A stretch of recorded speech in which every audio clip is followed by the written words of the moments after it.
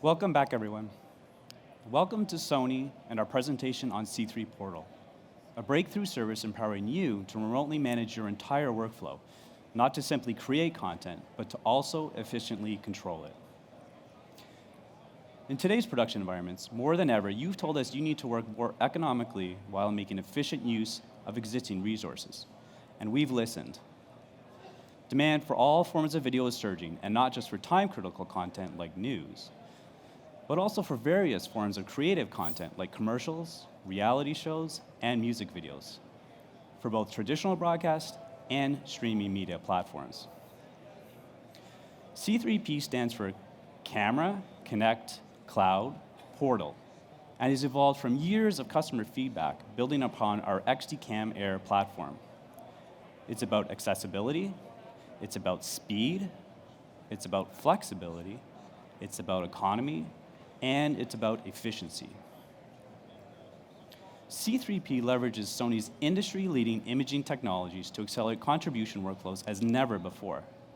We offer a flexible, economic service with a portfolio of tools to accelerate delivery of field content while ensuring that all stakeholders have access to the materials they need when they need them. Getting content to your creative team quickly and efficiently is key, regardless of the type of programming you're involved in. Consider C3 Portal's powerful file-based workflows for production, sports applications, or digital teams. Auto metadata tagging, enabling everyone to find the right clips quickly and effortlessly. Remote content preview, playback clips directly from the cameras. Remote content retrieve for editors and post-production teams.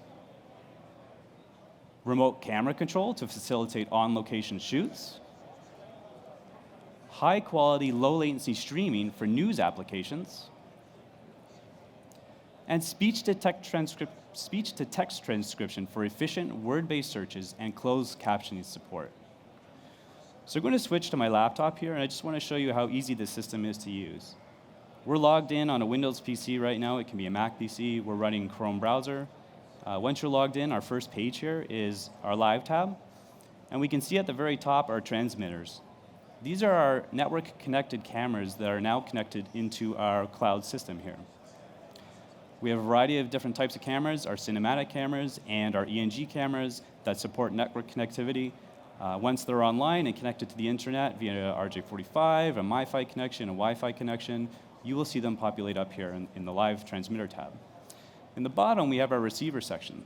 So the receivers, we can create virtual receivers where we can send streams to YouTube, Facebook, or your website, or anything that accepts an RTMP endpoint.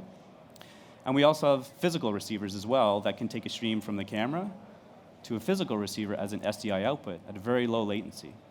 So for example, right now I'm taking a stream from Japan, one of our cameras in Japan, and streaming to our RTMP outputs through our virtual cloud receivers. And I can also take a stream from one of our cameras here and just drag and drop it into one of our local receivers that we have at the show here as well. So what that'll do is it'll start a stream from our camera on the show floor all the way to an SDI output of the receiver in 0.7 seconds. We can see here the bit rate is typically about 6 to 8 megabits per second for a live stream, which is very good. And then we also have remote control capability as well. So on our remote tab here, we have the ability to reach into the camera and do some basic camera control. Zoom, focus, iris control, shutter, white balance, and we can also enable record as well. So we can start and stop a record on the local camcorder itself. Not necessarily what every photographer wants, but sometimes you send a camera out to a less experienced operator and you want to have some remote control of that, or you have an unmanned or camera with no one monitoring it, you can remotely control it. We have a GPS tab here. If we select that, it will show us where the cameras are located, just on the right there. Gives you the GPS coordinates, and we can also see a map view as well, showing us where our cameras are. So we have some cameras in Vegas here, and we have some cameras we have a camera in Japan. This is our camera. We can zoom all the way in. Typically, this is a good feature for news departments who have cameras deployed all across the city, a breaking news story story happens, and they need to get that photographer or a photographer who's closest to that story as quickly as they can. Now, this is an option that you can enable or disable in the camera. So for privacy rights, if it's not of interest to you, then you can definitely disable it. So switching back,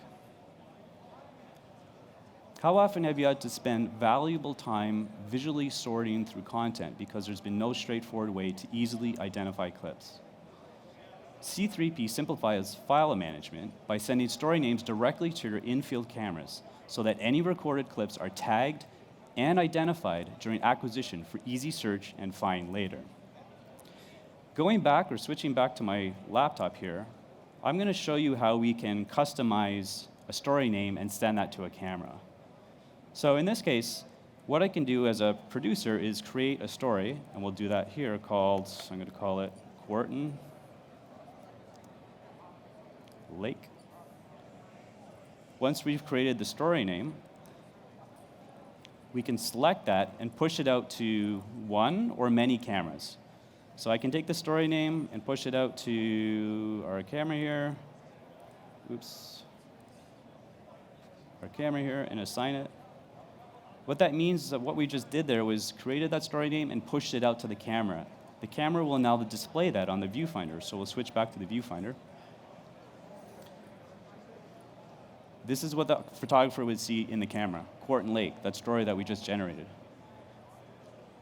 And that's really important because what they can do is now every time they record the clip, it's going to be recorded as Quarton Lake 001, 002, 003, 004, etc. So when you bring that material back to the facility, the editor and the producers know where it came from and what it's related to.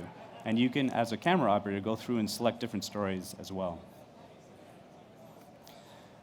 We also have integration with newsroom computer systems, such as ENPS and iNews. And in this case, we have an ENPS example here. These reside in a newsroom system, or in a newsroom, essentially, where you would have news writers who are creating stories of the day. As soon as a story gets created in the system, it can be pushed out to the cameras, and not just one camera, but multiple cameras. So you might have 20 cameras in the fleet. 30, 40 stories might be created in a newsroom day, or a day in a newsroom environment. Those can all be pushed out to perhaps 20 cameras. Once that's done, the stories will show up in the viewfinder of the camera. And the operator of that camera has the ability to choose which story they're going to load or which story they're going to shoot. So for example, we created the story gas prices in the newsroom. As soon as the camera connected to the internet, those stories downloaded into the camera, and now we have the ability as the operator to load the story that I'm going to shoot. So for example, I'm the photographer who's been chosen to shoot the gas prices. I'm now going to select gas prices. I'm going to execute that, and it now loads as gas prices in the viewfinder, meaning that every clip that you record is going to be labeled as gas prices 001, 002, 003, etc. Greatly simplifying the process when you bring back the media to the station.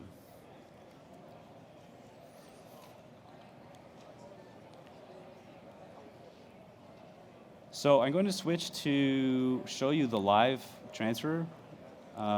Here, we're going to go back to my laptop. What we can also do with these cameras is we have the ability to reach into the camera remotely. So as a photographer is out in the field, they can be shooting material, and we can have somebody, an editor or a producer, physically, or not physically, but through their laptop, reaching into any one of the available cameras. So what we're looking at here is we're looking into the media of our camera that's located in Japan right now. And I can double click on these and play the clips back, but I can also select the clip and do a proxy transfer or a high-res transfer, or both. And those can go into the cloud. Those can go to an FTP server that you may have, essentially any endpoint that you need that to go to.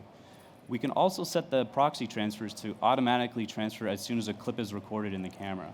So as a photographer, you could be out shooting material. As soon as that clip is finished, it can automatically push up to the endpoint of your choice, into the cloud, into an FTP site, so your production team can begin editing and distributing that content almost immediately. So that's pretty powerful in what we can do there. We also have the ability to do speech to text. So this can be automated as well. So when clips come into the system, we can assign a speech to text function where you will see the subtitles of all of the audio that was recorded in that clip. This is done by Sony's media analytics portal in the background. And I'm going to show you an example of how we can search for something here. We'll search for the word Trump. And you see it highlights it below. And if I click on that, it takes us to the time code of the video, of where that text was used in the video. So this could be very beneficial for teams sorting through video to try and find key points, keywords very quickly. Okay, switching back. Our C3 Portal app is a key component of the C3P service. It's a mobile application with simple tools to manage files and execute transfers from your camera. It's available both on Android and iOS platforms. A quick QR code scan tethers your mobile device to your camera, and once connected, shot marks, comments, and other metadata can be added while previewing the files on location. So we're going to switch to my phone. I have a phone here just mounted on the top of my camera. And what we can do with this is really a tool for the photographer who's out in the field and has shot many clips for the day and may decide that they only need to choose a few select clips to transfer into the cloud or transfer to an endpoint of their choice. And in here you can see the clips that have been recorded. These ones are high res because I've sorted it as high res, but you can also sort with proxy files as well. Our cameras do record a proxy file, 9 megabit per second, up to 1920 1080i, as well as the high res, which can be all the way up to 4K. So we can do those selections. Once you've done that, you can actually just go in and preview the content. We can play the content back. And we can also choose to edit metadata. I can select a clip, and I can edit metadata here. These are custom-made metadata fields that we've created, and you can add the photographer can add the fields or populate the fields as required for that clip. Once you're done, you simply click the upload button here, and it will start uploading your clip from your phone using your phone's 4G or 5G connection. Okay, we'll switch back. To further extend production efficiencies and round out our remote workflow story, we need to also talk a bit about Sony's C Media Cloud platform. C is the centerpiece of Sony's cloud portfolio, designed specifically for content creators. And we've integrated our C3 Portal app with C to broaden remote capabilities beyond acquisition. The C3 Portal app can receive file requests from C users, simplifying file transfer and sharing, while significantly improving transfer efficiencies. C offers an entire suite of tools to execute simple or complex workflows, while facilitating a collaborative work environment in which stakeholders can share content and ideas. C can manage many of the repetitive, routine production operations, enabling your staff to focus on the creative tasks at hand. These tools include acquiring media, as we showed with the cameras. We can acquire media right into the cloud. And with C, we can also bring media in from laptops and other sources as well, other computers. Metadata management, collaboration with peers and customers, dailies viewing, transcoding, and automated transcoding. So if the file formats that you're bringing into the system don't match your house format, we can do automated transcoding. File storage and sharing. File distribution. And archiving. And additionally, C can also integrate with your existing systems using our REST API. So I want to talk about the licensing structure. It's pretty straightforward in the fact that you only need licenses for what you're going to use. You don't necessarily need to license every single camera that you have in your fleet. You might have 20 or 30 cameras in your fleet, and you may only need to have 5 or 6 connected at any given time. If that's the case, you only use 5 or 6 floating licenses. The good thing about this is you can scale up and you can scale down as well. So if you have a smaller production using 5 cameras today or on an average daily basis, that's fine. But you might want to ramp up your production one day for a large event, such as elections, where you might want to use all 20 cameras. We can then apply additional licenses for when you're going to do that event. And once you're finished the event, we can ramp back the licenses back down to what your daily usage is typically set at. So it's a very economical licensing structure that's provided with the service. So I've covered quite a lot in our presentation here today, and I hope you gained an understanding of the potential savings, efficiencies, and new flexible workflows that our C3 portal has to offer.